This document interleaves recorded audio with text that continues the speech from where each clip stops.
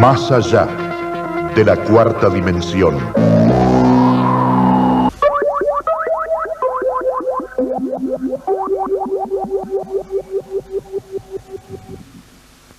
Hace muchos años un brujo, es decir, un sabio chibcha, un chamán chibcha allá en Colombia, le hablaba de que el ser humano tenía una fuerza que indica el auténtico poder interior, personal, y que sea el mejor atributo de una raza superior que está dentro del propio ser humano.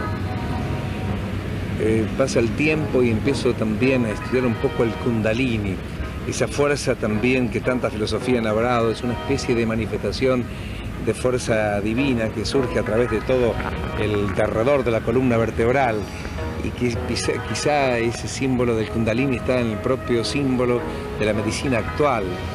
El señor Galeno ubicó ese simbolismo a través de dos serpientes que están entrelazadas, y ahí el caduceo está en el centro de esas dos víboras enroscadas, esas serpientes enroscadas, que siempre tienen para los esoteristas, para los ocultismos, los ocultistas quieren decir fundamentalmente que la serpiente es la sabiduría, la que retiene, la que está allí tapando el saber oculto, el saber de todos los tiempos.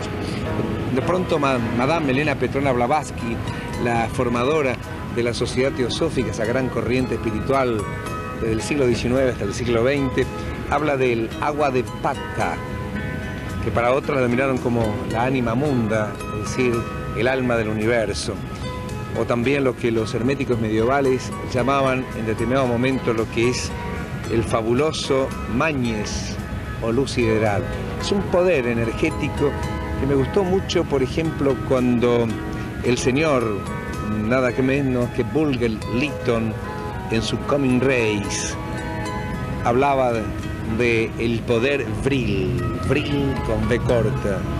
Parece una ficción, pero es una fuerza que indica ese poder Vril que muchas razas, muchos hombres han tenido y que han forjado quizá el gran pensamiento del hombre de todos los tiempos. El poder Vril, que es un poco, sirve para fundamentalmente ampliar la conciencia de la mente y producir en el ser humano una apertura mental, una apertura espiritual que lo saque de la cárcel del racionalismo y de la lógica y le permita tener la libre imaginación que dice lo creador, ese poder Vril que está en el interior del ser humano y que puede servirle para la gran creación de lo que nunca debió haberse salido el ser humano. Volver a la intuición y para tener la fuerza del poder Vril y crear toda la inmensidad de un futuro que ya golpea las puertas de nuestro presente.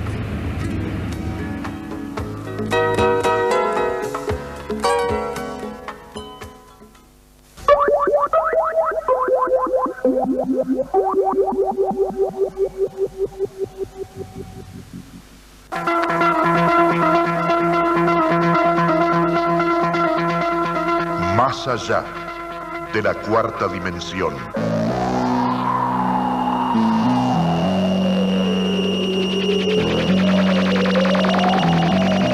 Los hechos y las investigaciones desconocidas del hombre y el universo.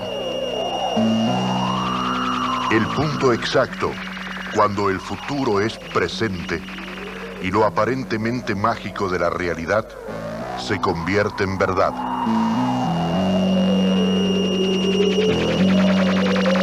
El encuentro de usted con Fabio Serpa y su profesional equipo de especialistas que junto a la coordinación documental de la revista mensual Cuarta Dimensión estudian, analizan y documentan para usted.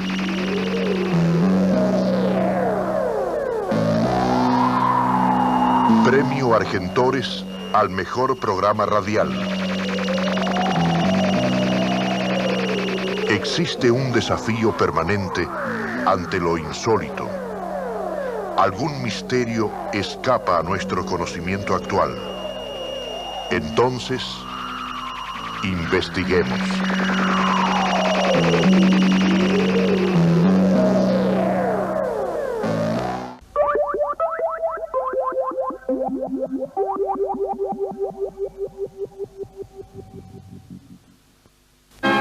¿Pueden usarse las percepciones sensoriales para combatir el crimen y localizar personas?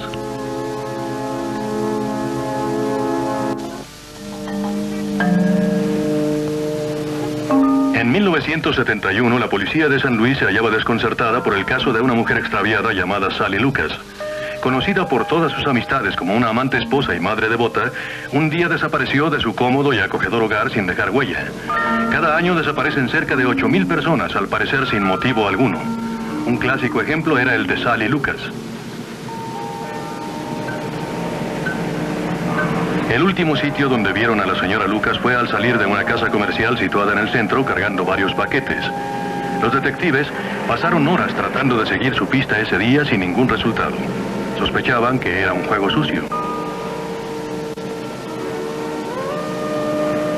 La policía recorrió San Luis, pero no logró encontrar una sola huella de la señora. 3 semanas después de que Sally Lucas desapareciera, Bebe Jagger se puso en contacto con uno de los más importantes periódicos de la ciudad de San Luis, el Globe Democrat. Era una corazonada. Bill Fuster, el gerente general, recordaba bien su llamada. La policía estaba en un callejón sin salida. No había descubierto evidencia alguna. No puedo asegurar que los videntes acierten siempre, pero sí creo que hay mucho desierto con las percepciones. Ella tocó unos vestidos y polvo facial de la mujer extraviada, y en esa ocasión describió perfectamente a la mujer a quien desconocía totalmente y les dijo que casi siempre usaba el cabello corto, que era de baja estatura, no fumaba. Luego indicó que tenía la imagen de un policía recargado sobre un auto cerca de una cantidad enorme de agua. Al día siguiente, el auto de la señora Lucas fue encontrado en el Golfo de México. Llamé al teniente Kiriakos y le dije, quisiera hacer algo poco común. Y me dijo, ¿qué? Yo le contesté que deseaba llevar a una vidente para que se sentara en el auto y viera qué tipo de impresiones obtenía. El teniente Kiriakos ha estado en el cuerpo de policía de San Luis durante 18 años. El viejo detective se sorprendió de que Fuster quisiera traer a un vidente para resolver este caso. Realmente yo pensé que todo era una broma tonta o que querían hacerme caer en una trampa. En realidad, yo nunca creí que este asunto fuese en serio, pero sí lo era. La señora Jagger preguntó si se podía sentar en el auto. Yo no creía lo que estaba pasando, pero podía ser algo interesante y sería una sorpresa si algo resultaba de todo esto. La vidente afirmó que era capaz de recibir percepciones vívidas a través del sentido del tacto. Sentada tras el volante del auto de Lucas, tal como Bebe lo había demostrado, un sinnúmero de imágenes visibles fluían a través de su mente. Parecía estar perdida en un profundo trance. Se sentó en el auto con un lápiz y papel durante cerca de 10 minutos. Ella anotó algunos apuntes con claridad en el papel y al terminar, después de 6 minutos de estar sentada en el auto, la vidente tenía un aspecto de agonía terrible, de sufrimiento. Luego empezó a sudar copiosamente. El auto le transmitió fuertes vibraciones psíquicas. Primero, las imágenes incoherentes que Bebe había descrito al pasar por su mente no parecían tener sentido. En mis notas aparecían muchas letras C y cosas como esas. Cabezas de caballo. También estaba un pequeño puente, no muy grande. Y también unos buzones del tipo que se encuentran en el campo. Estaba inclinada hacia adelante para insertar la llave en la marcha o para quitarla, y al hacerlo sentí como si hubiera recibido un fuerte golpe del lado derecho de la cabeza. Luego, cuando salí del auto, alguien me acercó las llaves. En esa ocasión ya no pude controlarme. Pensé que ya no podría seguir adelante, pero de inmediato me di cuenta, con solo sostener las llaves, que ella no estaba muerta cuando la sacaron del auto para arrojarla a la zanja. Aún estaba viva. Recuerdo que uno de los primeros comentarios fue que sintió un dolor intenso en el lado derecho de la cabeza. Y otra de las cosas que comentó fue el agua, y el puente, y un aeropuerto. Y después aseguró que había visto un caballo, o algo relacionado con uno. La claridad de la visión de Bebe la impulsó a seguir con la búsqueda personalmente. Ella indicó que el mejor sistema para iniciarla era acudir al sitio que más se asemejara a sus impresiones videntes.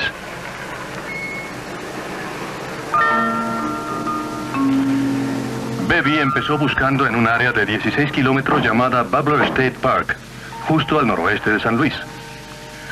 Iba acompañada por su esposo Ray y el futuro vidente Jim Mueller. Al principio, la idea de tener que recorrer esa enorme e increíble superficie de terreno parecía descabellada.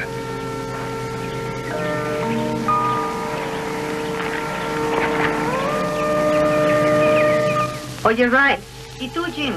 Vengan acá. Empiezo a sentir como que algo me tira a esa dirección. No por aquí, creo que es un poco más allá. ¿Podemos ir un poco más lejos? Sí, tendremos que rodear, pero ese no es problema. Tengo la sensación de que es por allá. Vamos. Sí, vamos. Una fuerza extraña e inexplicable dentro del cuerpo de Bebby parecía llevarla en una dirección definida. No tenía idea de lo que iba a descubrir entre la espesa maleza del parque Butler State. Al ir siguiendo la pista, Bebby, Ray y Jim empezaron a identificar indicios muy significantes que corroboraron las imágenes mentales que Bebby había recibido en el auto de Sally Lucas.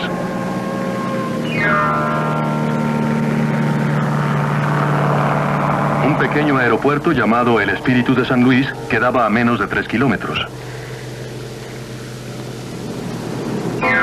La sección ecuestre del parque. El letrero de Wild Horse Creek en la intersección de la carretera C. ¿Podría ser esta la letra C que continuamente aparecía en las notas de Bebby?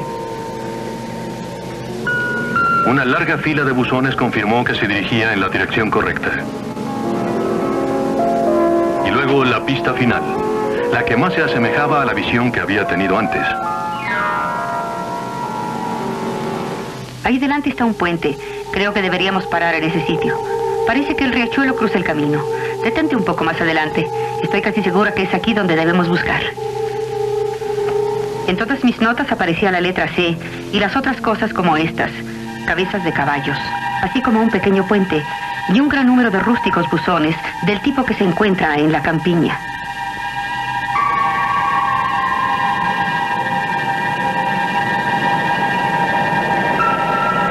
Finalmente detuvimos el auto y descendimos. Todos decidimos que esta era el área indicada y que lo mejor sería revisar con detenimiento.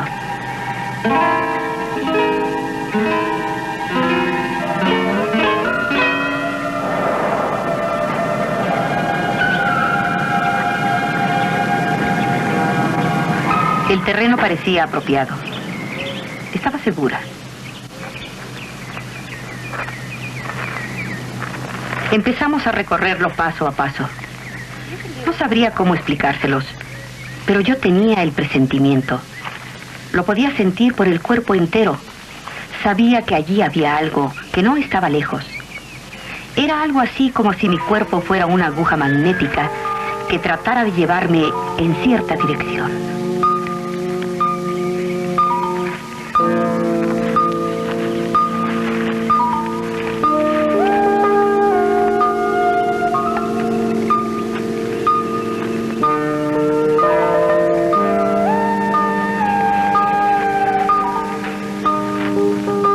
La fecha era septiembre 4 de 1971. Todos buscaron hasta que empezó a oscurecer y ya no se podía ver más. Bebby aseguraba que estaba a un paso de lograr descubrir el cadáver, así que decidieron regresar al día siguiente a ese lugar. Pero por la mañana se desató una fuerte tormenta que azotó San Luis, lo que evitó que Bebby continuara la búsqueda. 2 días después, el cadáver de la señora Lucas fue arrojado en una hondonada en Wild Horse Creek. El cuerpo estaba a menos de 20 metros de donde Bebby Jaggers había estado buscando.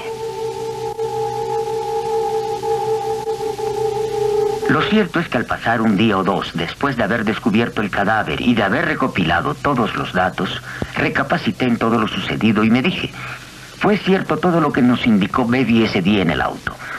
Sobre el cadáver de la señora Lucas, el caballo, que era arroyuelo de Wild Horse, el aeropuerto que estaba cercano, el agua y el puente. Y también del lado derecho de su cabeza tenía el cráneo fracturado. No podía estar enterada de antemano de todos estos datos. No logro hacerme a la idea de cómo resolver estos casos por medio de este sistema. Solo sé que es un misterio para mí el cómo logró acertar. ¿Qué fuerza inexplicable fue la que obligó a Baby Jaggers a buscar el cadáver en la hondonada de Wild Horse Creek?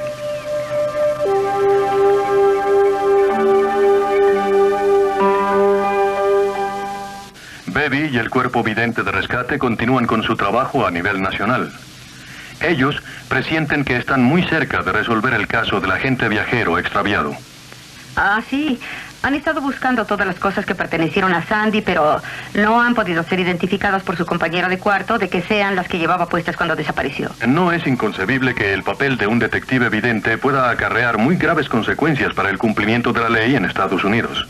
Pues si la técnica que usa el cuerpo vidente para visualizar el crimen y descubrir a los asesinos puede desarrollarse en una práctica y amplia escala, convertirá en sospechoso a cualquiera que presencie un acto criminal.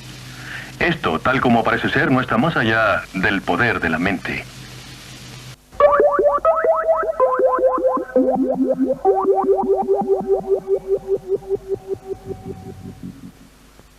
El mundo de los ovnis, claro, nos apasiona tanto y tratamos también de ser muy objetivos para a veces encontrar el sí, encontrar el no, dialogar y hablar y mostrar evidencias físicas de esta realidad de los ovnis y por eso Juan Carlos Espadafora, nuestro jefe de investigaciones, lo citamos. ¿De qué podemos hablarle? Por ejemplo, a los telespectadores, la realidad de los contactos del tercer tipo. Es decir, cuando son visualizaciones de seres extraterrestres, visualizaciones de los tripulantes de las naves extraterrestres. ¿Qué caso elegiría usted? Hay muchos casos. Está rica digamos, la casuística, porque es rica la casuística en y más contacto. de 1000 casos. ¿Sabes? Claro. Pero uno de los que podíamos hablar por lo simpático del contacto y por lo creíble, porque se hizo una muy buena investigación, es el caso Valvidares. Ah, perfecto. Adelante. El caso Valvidares, por ejemplo, ocurrió un 29 de octubre del año 73. Este señor, más o menos serían las 17:30 de la tarde, iba con uno de sus hijos, un hombre de muchos hijos, a recorrer su campo, o sea, un campo que no era de él propiedad, pero sí lo trabajaba. Bueno, sí, era arrendatario. Arrendatario, exacto. Y observa, estaba tomando mate, muy simpático el hombre, porque incluso cuando relataba, un hombre simpaticísimo, y observa con su hijo que sobre una laguna, atención, laguna, pauta de comportamiento, el elemento agua. Claro, y cerca de una torre de alta tensión, 2, es importante, estaban como flotando 3 individuos, que nosotros después, en base a lo relatado por Valvidares, pudimos determinar que era la tipología número 3. Número 3 tenemos que aclarar, Fabio, que son los llamados los seres angelicales, según Adamski, ¿cierto? Los de unos 50 a 2 metros y pico, rubios, de cabellera larga, ojos oblicuos, de eran cuerpo 2 hombres bien y una delineado. mujer. 2 hombres y una mujer. La mujer tenía como, los 3 tenían un traje ceñido al cuerpo, y la mujer tenía como una especie de botas blancas y se iban abriendo en forma de aletas. Pero él manifiesta de que no estaban dentro de la laguna, sino que caminaban como saltitos sobre la laguna misma, ¿no es cierto? Entonces él estaban de espaldas a él, porque más atrás de él, estarían unos 300 metros, había un aparato, a unos 40 metros de una antena de alta tensión, había un aparato rectangular bastante grande que emitía una luz poderosa que justamente lo iluminaba a él. O sea, un rayo de luz compacto y coherente. Y que no lo dejaba ver el aparato. Exacto, que no lo dejaba ver el aparato. Es muy común en este tipo de casos de que se vaya cegando el individuo y no pueda ver el aparato en sí. Entonces este hombre, como buen campechano, como buen hombre de campo, le pega el grito y le dice qué están haciendo, qué necesitan. Al darse cuenta, al sentir la voz de este hombre, se dan vuelta e inmediatamente él no sabe cómo, en el acto se fueron como a 100 metros más del lugar. Aparecen estos seres, en la otra punta de la laguna. La aparición prácticamente. Exacto. De la visibilidad, la invisibilidad. Exacto, sentía él como una especie de zumbiditos, de gruñiditos, pues se comunicaban de este tipo. En un momento determinado, él entra con su caballo a la laguna, está bastante alta en ese tiempo la laguna, y observa de que al llegar a la mitad de la laguna es como si una barrera invisible no lo dejara pasar. Y no pudo pasar, ni él ni el caballo, por supuesto. Regresó a un caballo y empezó a recorrer. Claro, regresó nuevamente, hizo señas y estos seres se quedaron como 40 minutos más. Él, mientras tanto, en un gesto de amistad, hasta le ofreció un mate. Una cosa tan del hombre de las pampas argentinas. Exacto. Cebar un mate. Exacto, hasta le ofreció un mate. Claro, no le hacían ningún daño. No. Seres raros, extraños. Él no sabía nada de un plato volador ni nada. Lo que sí, cuando él volvió, él volvió con el caballo, sintió como una especie de olor a azufre, el olor a azufre que siempre hablamos, que no es más que el olor a ozono, en especial, ¿no? Y bueno, y una chancha que estaba en un chiquero vecino salió espantada con un montón de animales más, y esos animalitos no quisieron ingresar más a ese chiquero. Es decir, inmediatamente, así como vinieron, me acuerdo perfectamente con el profesor Omar de Matei, la queríamos agarrar a esa porcina y queríamos meterla en el lugar y era imposible. Sí, ¿sabe qué? No había manera de colocarla. Claro. Si hubiera mentido Carlos Valvidares y su hijo Manuel Valvidares, ese es un testigo. Claro, aparte, al hablar de él, hay cosas que el individuo, por su estudio, nosotros hacemos un estudio, usted lo sabe bien, con los doctores de todo el instituto también, donde el individuo se le estudia y se le saca un test psicológico para ver la capacidad cultural, grafológico, natal, y ahí nos surge, créase o no, nos surge la realidad del hombre, si miente o no miente. Entonces es un fabulador. En este caso no. En este caso Valvidares nos dejó un buen recuerdo con respecto a eso. Y hay otra cosa que tenemos que aclarar con respecto a Valvidares, que es ese famoso rayo de luz compacto y coherente. Fíjese que el rayo de luz compacto y coherente que ilumina y que a veces también desparrama su luz por todos los lugares, tenemos que aclarar que es más importante todavía que el rayo láser. ¿Por qué? Porque el rayo láser tira su línea de rayos, ¿no es cierto? Y puede cortarse en un determinado momento, pero en este caso no. En este caso se compara con el de las fibras ópticas, porque es un tubo luminoso. ¿Pero qué ocurre? Es como si la fibra óptica, que tiene esa vibración de la molécula y forma distintos rayos, ¿no es cierto?, que va transformando, se le agrega a este rayo de luz compacto y coherente, evidentemente por la función que cumple, como si tuvieran una lente óptica que, digamos, lo usarán como una especie de observatorio, ¿no?, de periscopio. Exactamente, ¿no? muy buena definición. Y en determinado momento, después de 2 horas, él le mandan el haz de luz y Carlos Valvidares prácticamente se cae al lado de la alambrada. Exacto, él siente como una especie de desvanecimiento. Claro. O sea que él lo dice, él se siente como descompuesto y como un adormecimiento, una flojedad, y cae. ¿Y qué es lo importante que hace a la otra mañana? Claro, la otra mañana no solamente le comunica, sino que vaya al lugar a observar y a tratar de buscar y dejar, digamos, una constancia de todo lo que ha visto. Claro, para que no tomaran como locos. Exacto, porque era bastante cuerdo, un hombre de campo muy cuerdo. La cursiva es mía. Yo pienso que todos los hombres de campo son demasiado cuerdos, porque hay que hablar con el hombre de campo para saber lo que es el hombre de campo. Y por lo general es un hombre que no fabula. Cuando el hombre de campo le dice, vi un aparato cuadrado, seguro que es cuadrado. Y usted lo sabe mejor que yo, Pablo. Claro, exactamente, es verdad, ¿cierto?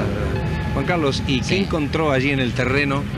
Las 4 patas. Claro, esto también es importante, porque encontró las 4 profundidades de donde se posó el aparato. Es decir, que el aparato... en forma de triángulo, esa cosa curiosa, y los 4 triángulos formaban un cuadrado perfecto. Exacto. 4 metros. Él lo manifiesta como una cosa rectangular, y efectivamente fue así. O sea que dejó 4 cuadrados como una cosa rectangular. O sea que el aparato se posó y estaba la profundidad, ¿no es cierto?, del objeto, estaba la huella hundida con la profundidad de las patas, como si hubiera posado algo pesado, ¿no? Que en este caso fue el aparato, olvidar. En fin, un hecho ¿Y qué otra es los piecitos de los extraterrestres? Exacto, también. Otra de las cosas que se pueden destacar son las pisadas. Es decir, pequeñas huellas, ¿no es cierto?, que nos dan a nosotros la idea de la proporción del cuerpo del extraterrestre.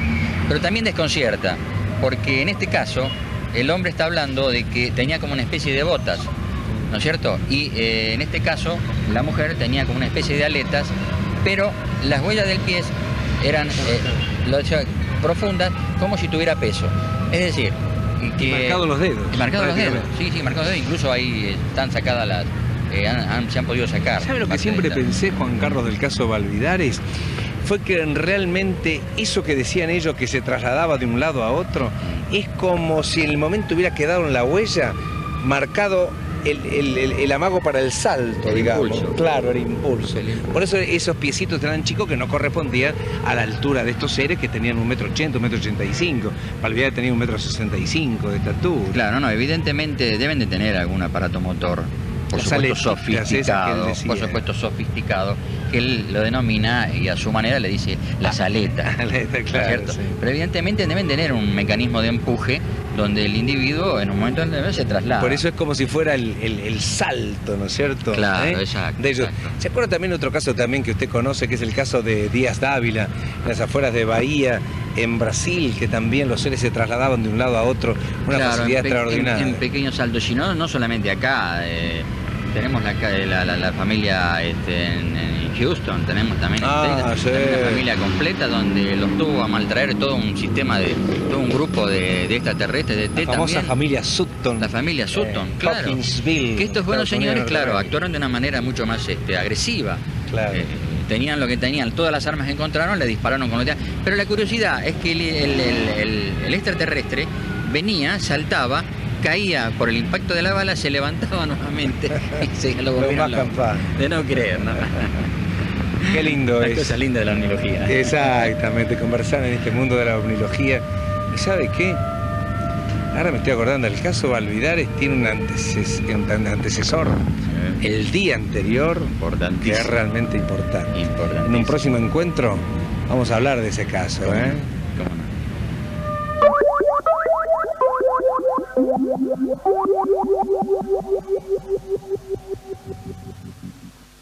Usted sabe que siempre los niños tienen una facilidad especial para comunicarse con todo lo que es el universo. Parece que están permanentemente pensando y mirando las estrellas. Hay un especialista, el doctor Emilio Breda, que evidentemente vos te has especializado mucho con los chicos, con tus cuentos, con las visitas a las escuelas. ¿Qué pasa con el niño Emilio en esa dimensión con el espacio, con el universo? Yo desde hace años vengo realizando tareas, experiencias escolares de creación y recreación de la poesía y el cuento. Yo trabajé mucho en un libro mío primero de Los Ángeles de Buenos Aires, villancicos porteños en las escuelas. Ah, qué bellísimo. Y la imagen del ángel le dio al chico una perspectiva en el espacio muy grande. Vi como el chico en realidad nace con una aptitud, con un conocimiento del espacio que nosotros creemos que se los vamos a enseñar en la escuela. Pero ellos ya lo traen, ese conocimiento. Pero después otro libro, y ya no de poesía sino de cuentos, mi libro Cuentos para Espacionautas, me abrió hace 3 años una perspectiva totalmente inusitada, inesperada. Porque este libro lo escribí pensando que los chicos de 6º y 7º lo iban a recepcionar, porque son cuentos para espacionautas, cuentos algunos inclusive de anticipación, cuentos de futuro. Porque fíjate que aquí, por ejemplo, se mueve en este libro una caperucita que vive en el año 7777.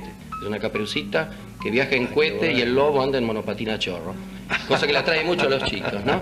Monopatina chorro. Y tiene un contenido ecológico, porque es un planeta Tierra donde no existen pájaros, peces, animales, plantas, nada de la naturaleza. El hombre, lamentablemente, ha destruido.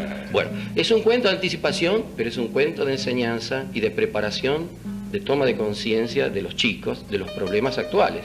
Porque otra de las cosas interesantes, a los chicos les interesan los temas actuales y los temas acuciantes. Les gusta el patito feo, pero les gusta este tema de apertura del espacio, ¿no es cierto? Ajá. Es decir, en referencia como su actualidad, su hoy, digamos, lo quiere también reflejar al mundo del futuro, que él lo relaciona con el espacio. Que ¿no? lo relaciona con el espacio. Y es más, te digo, este libro, vuelvo a insistir, yo creí que iba a ser recepcionado por los chicos de 6º y 7º. pero después empezaron las maestras a aplicarlo con gran éxito en cuarto y quinto, pero después en primero, segundo y tercero, y ahora lo están utilizando en los jardines de infante, en niños de 5 años, en experiencias en varios distritos, en experiencias de niños prelectores, y se asombran como el chico de pronto no puede saber sumar o restar o contar, pero ya sabe del espacio, de los planetas, de las galaxias, de las estrellas, saben de todo lo que es el hombre saliendo al cosmos. Pero yo les digo, hay que tomar conciencia que esta salida del hombre al cosmos, chicos, es una salida de paz, de amor, de esperanza, no como muestran a veces algunos dibujitos o películas en televisión donde el hombre sale al espacio a destruir, a sembrar la muerte, el odio. No. Y que los extraterrestres también son los malignos, son los Claro, destrozadores y nada que ver con justamente. ellos. Entonces la visión mía del espacio es que el hombre va buscando un modo de vida mejor para el hombre. E inclusive va trayendo enseñanzas para la vida de la realidad. Y esto es lo otro que creo que este libro me abrió, otra apertura interesante para los chicos. La revalorización del mundo de la fantasía y de la imaginación. Porque el mundo de la fantasía y de la imaginación nosotros a veces creemos que sirve solamente para imaginar un cuento, para hacer un poema, para elaborar una música o un cuadro. No, el mundo de la fantasía y de la imaginación sirve además para crear no solamente obras de arte, para crear ciencia y técnica. Cuando a Albert Einstein le preguntaron cómo hizo él para descubrir esas teorías que revolucionaron la ciencia actual, él dijo, yo utilicé la imaginación de un poeta, no dijo de un hombre de ciencia, dijo de un poeta. ¿Y por qué de un poeta? Porque el poeta tiene libre vuelo, tiene libres alas, no se sujeta a nada. Y el hombre de ciencia verdadero que quiere hacer avanzar la ciencia, también tiene que tener libre primera imaginación, imaginar aquello que no existe. Después vendrá la comprobación científica, pero primero tiene que imaginarlo en el campo de la imaginación. Por eso el mundo del cuento creo que ayuda al chico a crecer, a imaginar, pero también a inventar. Qué bueno es hablar con el doctor Emilio Breda, con este espacio, con este niño, con este poeta que quería también Albert Einstein, el hombre que una vez soñó con una ecuación E igual a mc al cuadrado y revolucionó la ciencia. Dios quiera que los científicos sean poetas, como es Emilio Breda y como son los niños de la actualidad.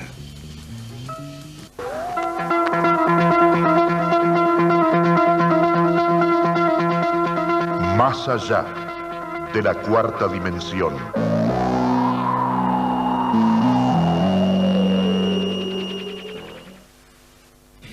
Esta es la escultura de una cabeza de un ser extraterrestre de profundos ojos, también de orejas largas, ¿no? Como aquellos de la isla de Pascua.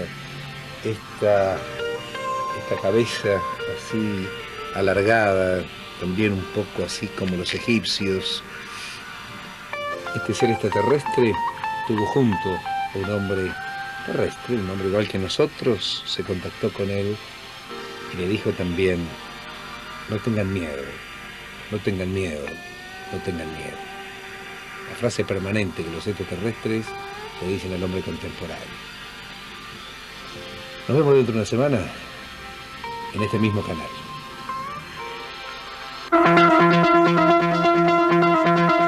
Finaliza un tiempo de Más allá de la cuarta dimensión.